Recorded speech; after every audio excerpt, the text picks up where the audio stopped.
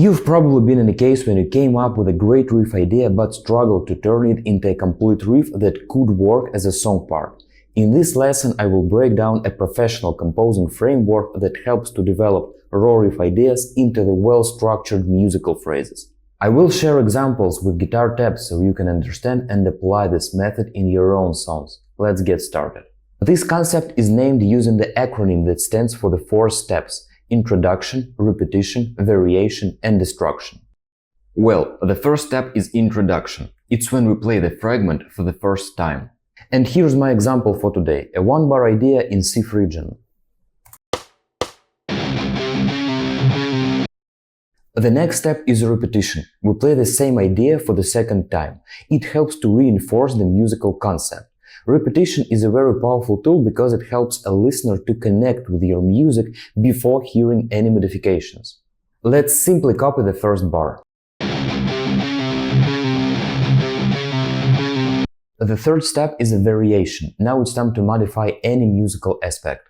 I choose the simplest way and change the underlying harmony, so I play the same idea but with a bit different notes. If you are not familiar with changing chords, you can simply change the accented notes to any other notes in your scale. That will still work just fine. If you want a special lesson on how to change chords when writing riffs, please let me know in the comments below. Now let's check out how it sounds.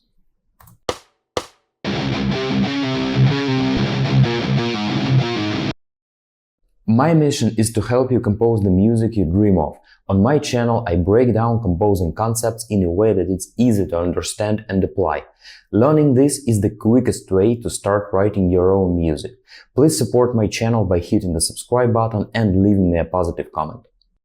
The final step is a destruction. The goal is to create a tension in the end of the phrase, so we can start the phrase over again or switch to another song part.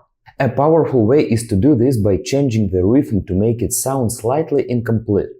Also, I'm using dissonant notes. They create a sense of instability and naturally lead to a resolution. It's not the focus of today's video, but I just want to mention that I'm using a cadential chord at the end of the phrase. That means that it has a strong resolution back into the root chord in the beginning of a new bar. This helps to make a riff loop ready. Now let's listen to the final result.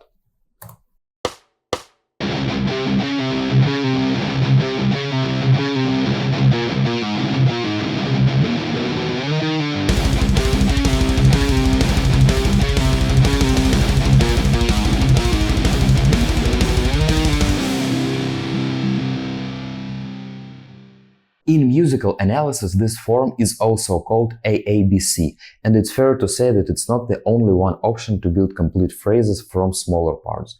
You can also use popular and effective structures like AAAB or ABAC. Please let me know in the comments below if my lessons really help in your personal composing. Thanks for watching and see you in the upcoming episodes.